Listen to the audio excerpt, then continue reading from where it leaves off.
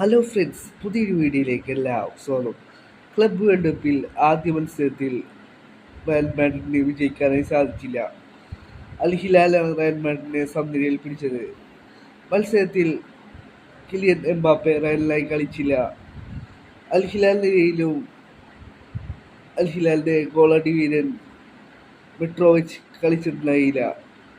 മത്സരത്തിൽ ആദ്യം ഗോൾ സ്വന്തമാക്കിയത് റയൽ മാഡ്രിഡ് ആയിരുന്നു. ഗാർഷ്യയിലൂടെ റയൽ മാഡ്രിഡ് ലീഡെടുക്കുകയായിരുന്നു.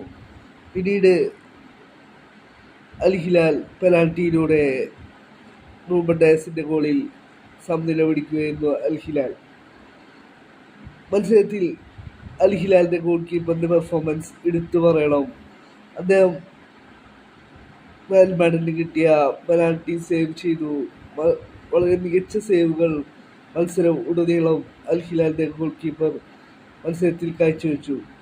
മത്സരത്തിൻ്റെ ഇടയിൽ റയൽ മാഡ്രിഡ് താരമായ കിലിയൻ എംബാപ്പെ പരിക്കുപറ്റി കയറിയത് റയൽ മാഡ്രിഡിന് തിരിച്ചടിയായി മാറി.